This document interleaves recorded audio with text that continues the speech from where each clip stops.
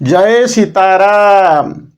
भगवत प्रेमी मोर प्रिय दर्शक मंडली मानू आज भिडियो रे पुणी थरे स्वागत।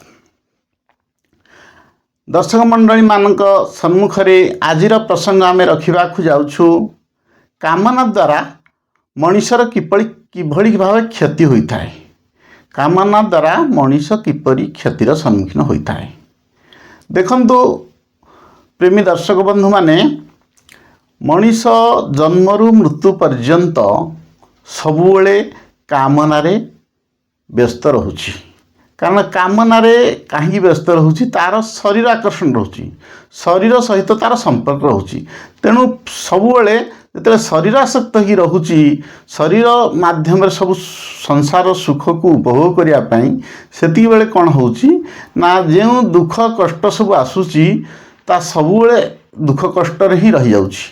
तार केतेबेले हेले परिसमाप्ति हेउना कहीं ना। देखंतु कामना युक्त व्यक्ति मानक पई केतेबेले हेले जाग्रत रे भी जेते काम जानी करी करूछंती केतेबेले तांको सुख मिलिबो नाही।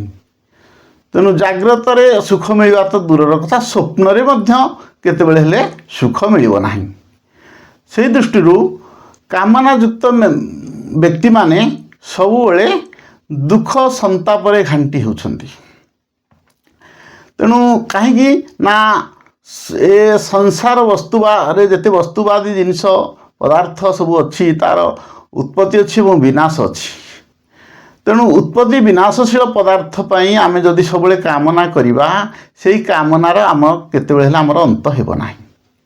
किंतु आपण माने भावंतु व्यक्ति जेते बल पर्यंत कामनार आसक्त रहुची ताकू जदि दुख रहुची, जड़े व्यक्ति भगवान को पाइबा पई कामना करुची ता पाखरे कौन दुख रहुची। दुखटा तार गोटे सीमित समय पाई जेते बेले तार कामना पूर्ण हो जाउची कौन ना से ईश्वर प्राप्ति हो जाउची, भगवत दर्शन हो जाउ ता पाखरे मिल जाउची। सेति बेले कौन होउची ना ता कामनार अंत हो जाउची, अर्थात ता कामना से पूर्णछेद पड़गला आउ आग को जाऊ नहीं।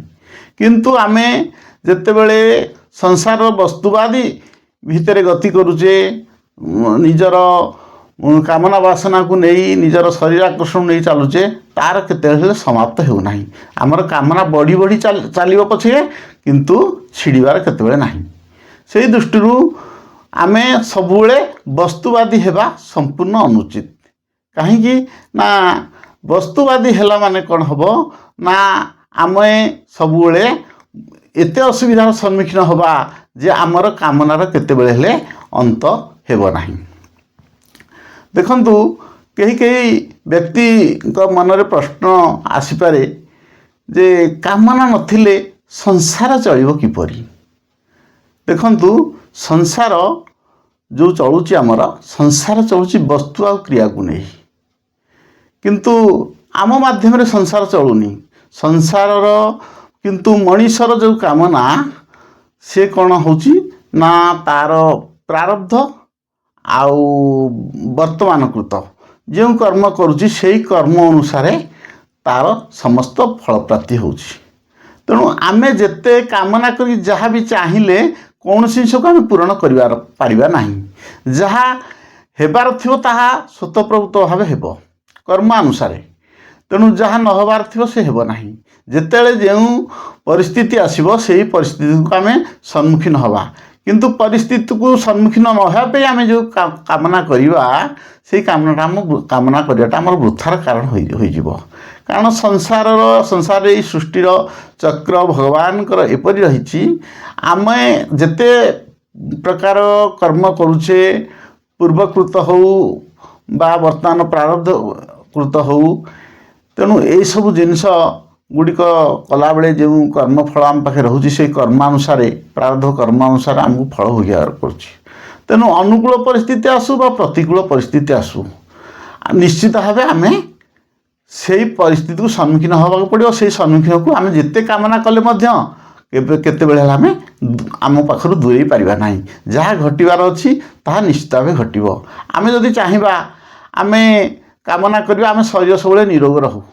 जेते कामना कले भी शरीर निरोग रहिबार अच्छी माने से ऑटोमेटिक रहिबो। तेणु आम जड़े व्यक्ति धन प्राप्ति चाहूँगी धन इच्छा जेते कले भी से धन आसबार अच्छी पाखु आसब जदि न आसबार अच्छी आसब ना तेणु प्रतिकूल परिस्थिति आउ अनुकूल परिस्थिति सबुबले कर्मफल अनुसार घटी थाए तेणु आम कामना कले से केवल वृथा समय जीव आमर मन केतबेले भगवत अभिमुखी हो पार ना भगवत प्रेम दिगरो आम मन सब विच्छिन्न होगी रहिबो तेणु दर्शक बंधु मानक मोर कहिवार कथा आमे सबुबले कामनाभिमुखी केतेबेले होइबा नाही संसार भितर सबुबले भगवत प्रेम दिगरे मन देई निजर कर्म करि चलिबा ताहले आमको निश्चित भावे संसार रे सुख मिलिबो तेणु मनुष्य जो कामना करिथाए ताहार फल पदार्थ अर्थात वस्तु परिस्थिति सहित कौन संबंध न थाए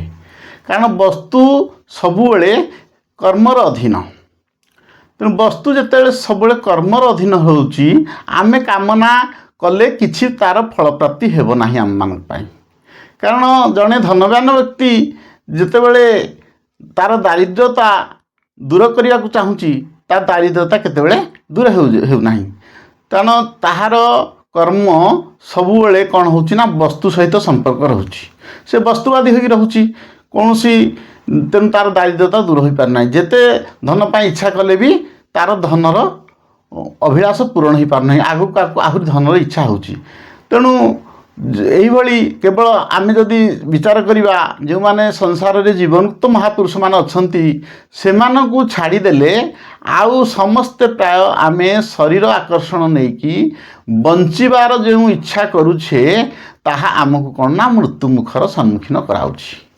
तेणु शरीरटा गोटे जड़ वस्तु शरीर सहित आम संपर्कटा जोड़ुचे तेणु फल कौन ना आमर कामनार अभिलाष केतेबेले पूरण हो पार ना कारण जो जिनिस जिते वस्तु सहित वस्तुटा जिते आमर कर्मर अधीन होगी रोची तेणु ता स्व इच्छा से जहाँ करने कथा कर जो अनुकूल परिस्थिति आसवा कथा आसो बा प्रतिकूल परिस्थिति आसवा कथा आसो आम ताहाकू कहीं रोकिपारे ना तेणु सी स्वतः प्रभुत्व आसिक पहुँचब तेणु जी मान सम्मान प्रशंसा आम जदि न चाहिए भी कामना आम सब कामना करें आमर मान सम्मान प्रशंसा ये सब जिन संसार बढ़ू आम कामना न कले भी सी जदि आसबार थी ऑटोमेटिक आसिक पहुँचब से भली जिते जिनस भी संसार अच्छी आमे धन कहू जे कौन सी प्रकार प्राचुर्य भोगविलासर जिते प्रकार कामना अभिलाष आम चाहिए आम अनुकूल परिस्थिति बा प्रतिकूल परिस्थिति रे सी जिते आसबार थी आसब तापाई वस्तुवादी सहित आम संपर्क जोड़िले आम केतेबेले भी फलप्रद हो पारिबा नाही तेणु दर्शक बंधु मानकू आम माने एटी कही रखुचु सबुबले वस्तुवादी सहित संपर्क न जोड़ी भगवान सहित संपर्क जोड़ंतु मनीषर जीवन सबुबले कौन हम ना आनंदमय हम आउ ताकू भगवत प्रेम पे मार्ग सबुबले खोला रहिबो भगवान को पाखरे मन निविष्ट कले आमे सबुबले संसार कामना निश्चित भाव दूरे रहिबा आम पाखरु ना समस्त प्रकार कामना निश्चित नष्ट हो जिवो तेणु आजिर प्रसंग को आम एठी रखुचु पुणी आम देखा हेबु आपण मानक सहित आगामी भिडियो रे जय सीताराम।